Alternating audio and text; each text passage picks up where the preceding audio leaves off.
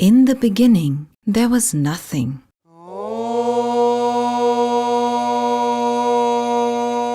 Pure potential, pure consciousness, pure mind. This was Purusha.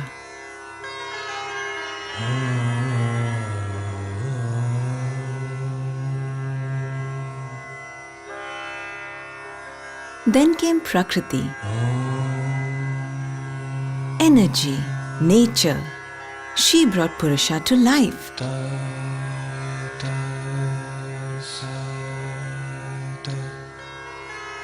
The entire universe came into being, and the earth came into being, the first animals.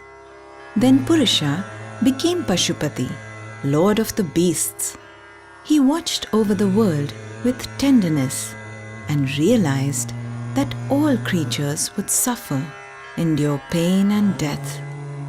In compassion, he taught them the art of yoga. The first to hear this teaching was the snake Patanjali, and it was he who brought yoga to all mankind. They say that who heard him best was the serpent round his neck, Karkotaka, or Patanjali. And therefore Patanjali is visualized as a serpent because he sits next to Shiva and he heard every whisper and every breath. So he knows it better than others and he shared it with the world. Yoga is more than anything else, it's a practice, it's a discipline. It is your connection with something that is eternal, you can call it consciousness. It is that part of you that is untouched by anything.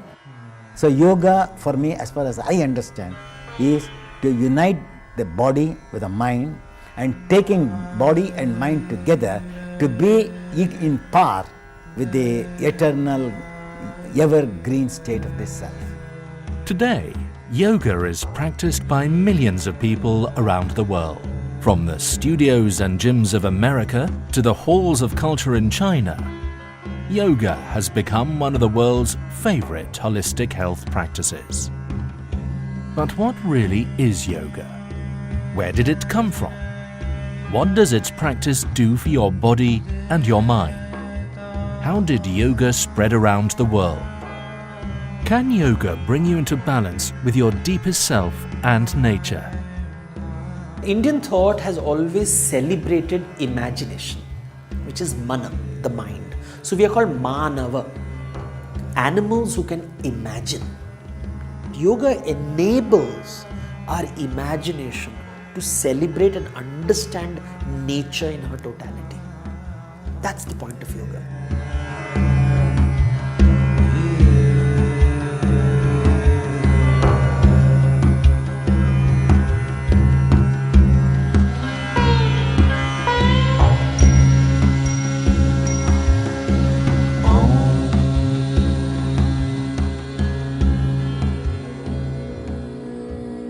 The human animal has always tried to control nature and tried to control his environment.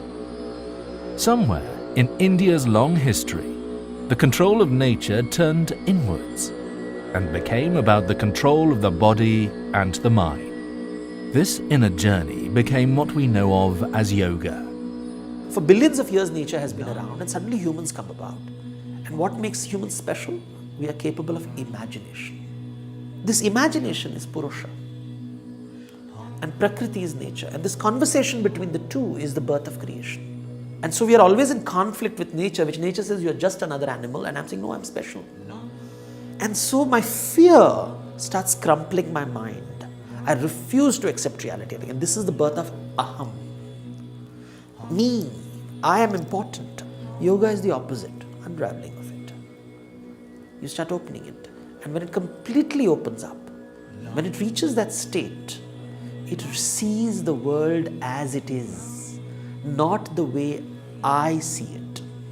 The origins of yoga are shrouded in mystery and mythology. We find many clues in the practices of Himalayan shamans, as can still be seen in Tibet and Nepal today, where the Lord of the Beasts is still revered. A practice like yoga was known in the Indus Valley civilization around 2500 BC. You see these seals which show images of people doing, for example, Namaste. Now, did they use the word Namaste, or was this gesture popular even then? You have people sitting in a yogic, what is called a Bhadrasana, what is we now call the throne position. By the 5th century BC, yoga was becoming well known and begun to appear in Vedic scripture. The word yoga is a Sanskrit word. It comes from the root yuja, which basically means to bind, to align, to hold. So it's about falling in place at the right time, and everything works out for you, which is synthesis really.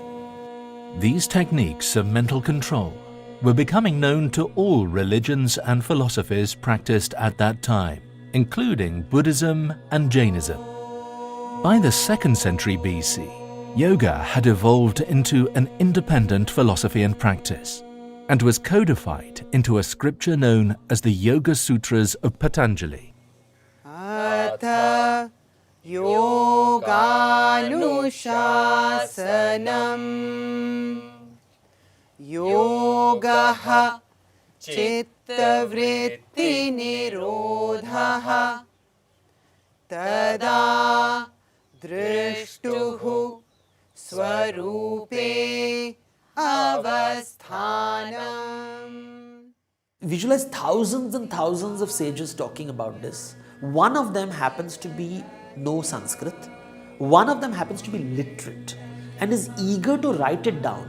So Patanjali's Yoga Sutra is one document. It's not the whole wisdom. It's written as a sutra. Sutra means a seed which has to be put into your mind and into plant, and it will transform into a plant.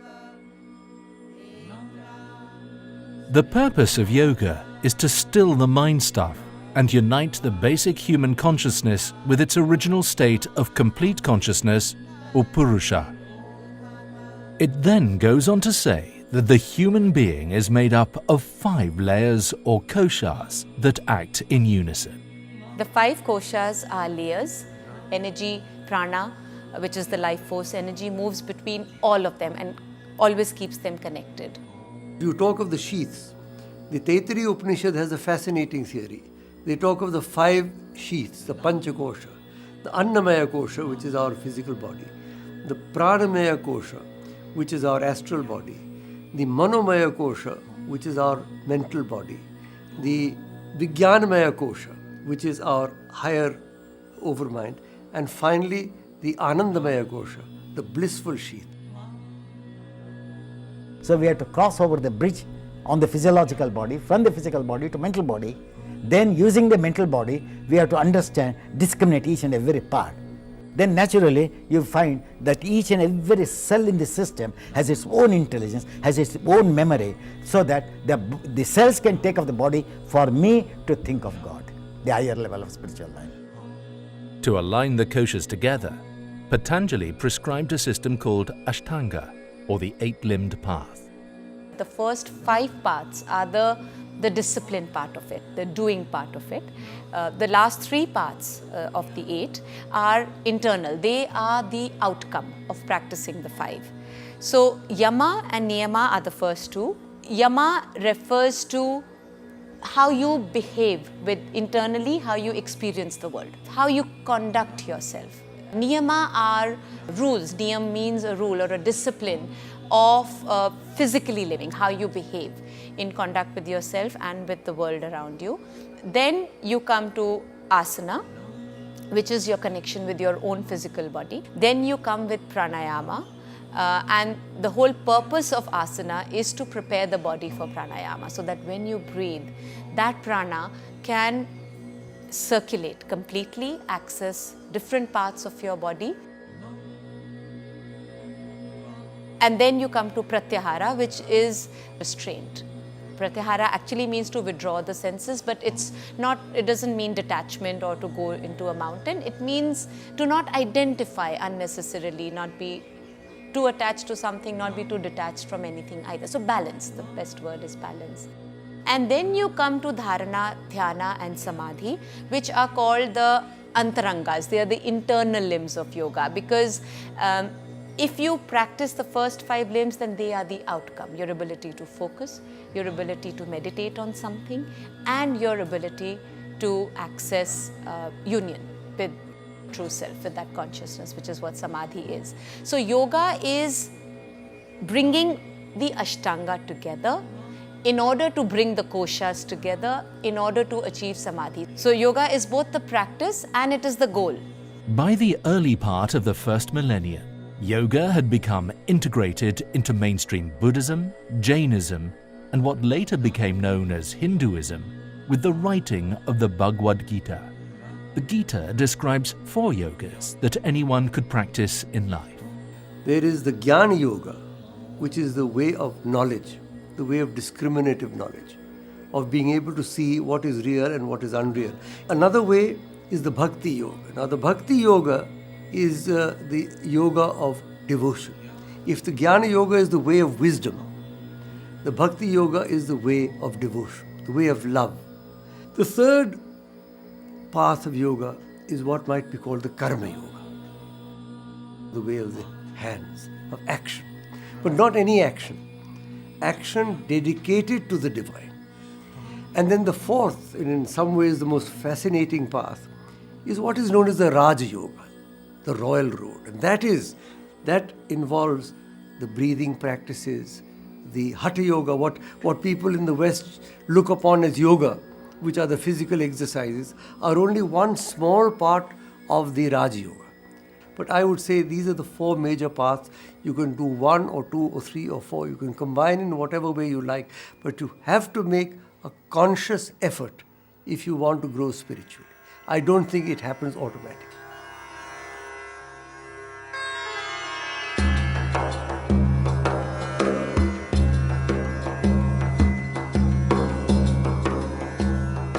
Once in Kailash, Shiva was teaching Parvati the secrets of yoga. Together they danced the cosmic dance.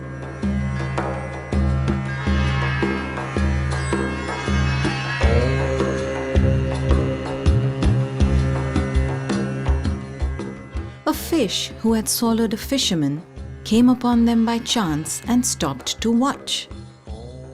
As Shiva revealed the secrets of yoga to Parvati, the man inside the fish also listened carefully. When Shiva realized they were not alone, he was pleased and continued to teach the fish. He named the man Matsyendranath after the fish he was in. Shiva then sent him back to teach the world yoga. And this is how Hatha Yoga came into being. Now, why fish? Because fish is movement. It's not stillness.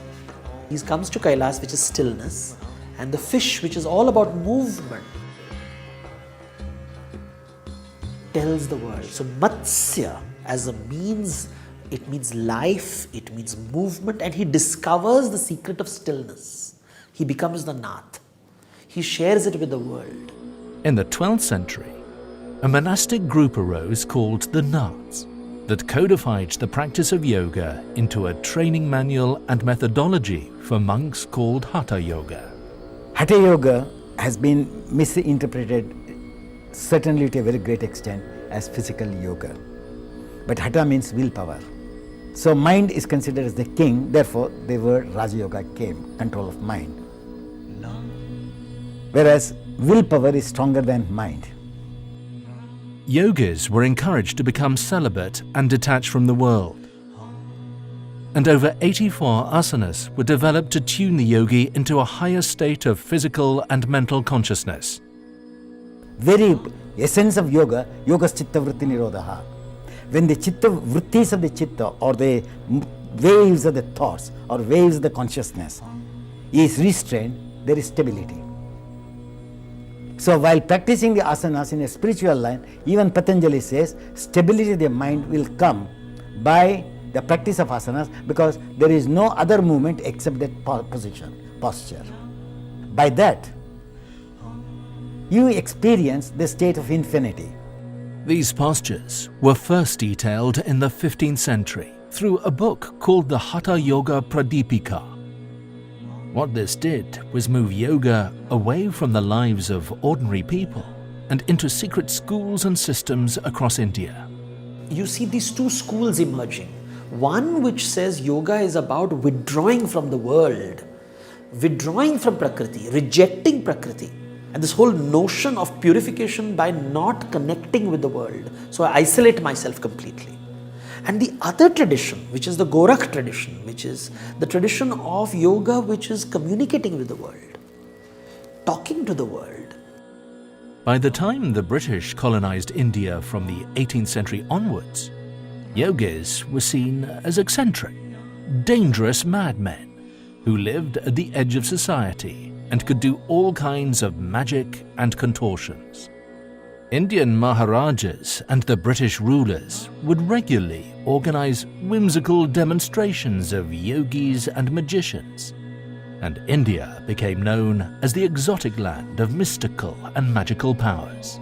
When the Europeans came to India, they were surprised by the exotic. They wanted to understand this exotic creature called India. And that's when the 18th century, this exotic India manifests itself to satisfy the gaze of the master. By the end of the 19th century, the word yoga had started to become well known in Europe and America through the work of the Theosophists and the arrival of Swami Vivekananda. He taught Americans the ideas behind Raja Yoga, and his little book became a Bible to all spiritual seekers and mystics in that period. In India, the Maharaja of Mysore was a great patron of yoga. His teacher was the legendary Krishna Macharya. Iyengar was his star student and gave most of the demonstration popularizing Hatha Yoga in Mysore and across India.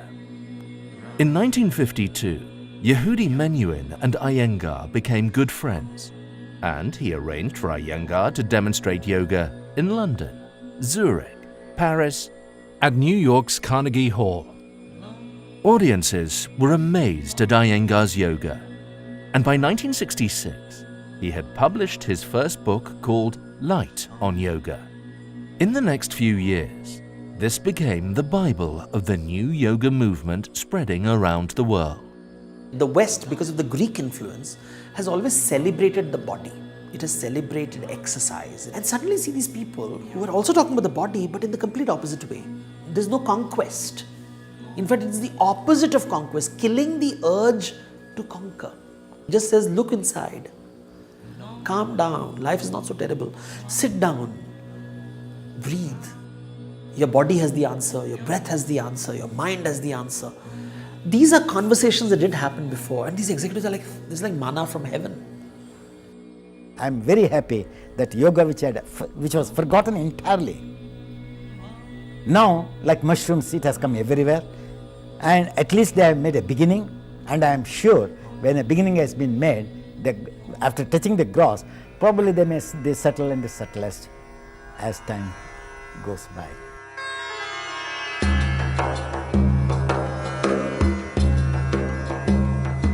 Yoga has a profound effect on the human mind and body, and its healing powers have been known for over 2,000 years.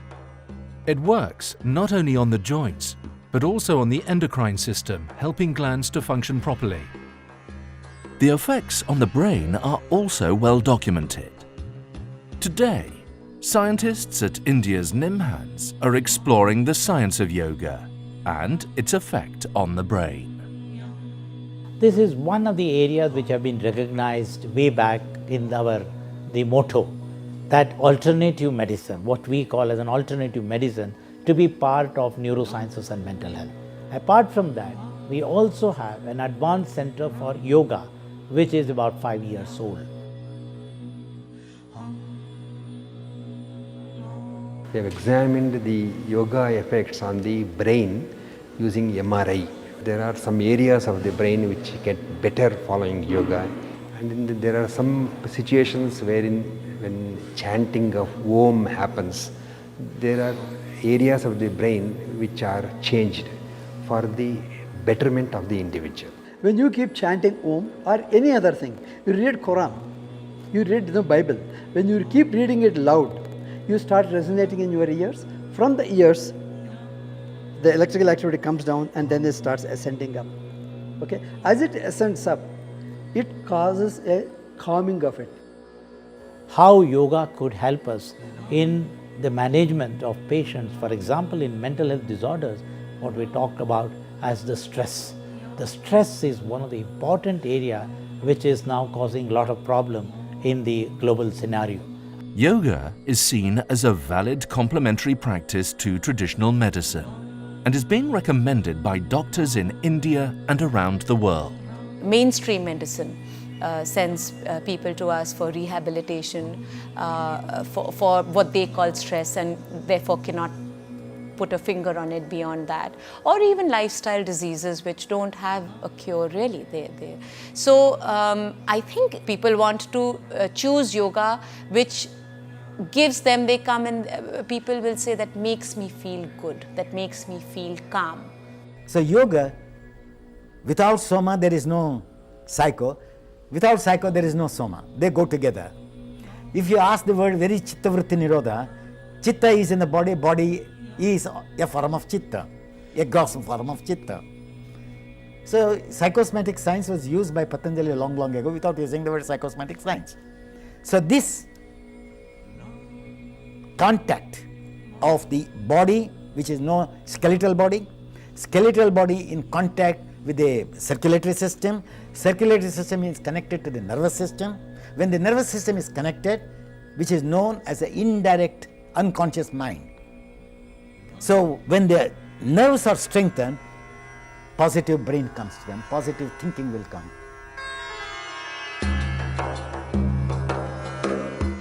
Today, over 20 million people practice yoga of some kind in America alone, and the phenomenon is spreading worldwide. In India, many advanced teaching and research institutions provide students and wellness seekers with access to some of the world's best teachers and practices in yoga. I think yoga is something which is beyond a culture or a nation. As a country with a very rich and one of the richest heritages in the world, it is our responsibility to nurture it. Suddenly people are looking inwards. The lotus has unfurled a little bit, so you're feeling a little bit more calmer, happier, seeing there's a value in the body talks to the mind, the breath talks to the mind. But come on, let's talk to the mind. The mind is still tight and it's still aggressive, and the simplest example of it is this obsession with wanting to own yoga. Having read lots of books on yoga, having practiced yoga, as far as my understanding goes, yoga is one, as people call God in different names, but He is one. Yoga is one, but as it branches off the trunk, so different people give it different names. Yoga is a universal practice that brings you into balance and harmony with your life, no matter what religion or ethnicity you belong to. Awareness and attention, when they come together, there is no movement of intelligence, there is no movement of mind. So there is a state where my body, my mind, my breath finds no differences at all. I'm living, even now, though I'm talking to you, even my warmth of my toe, I can feel how much warm it is. At that time, what happens? There is no movement, there is no thought. It's completely a state of forgetfulness of body and mind, but to be one with the cosmic energy and the individual energy meeting together.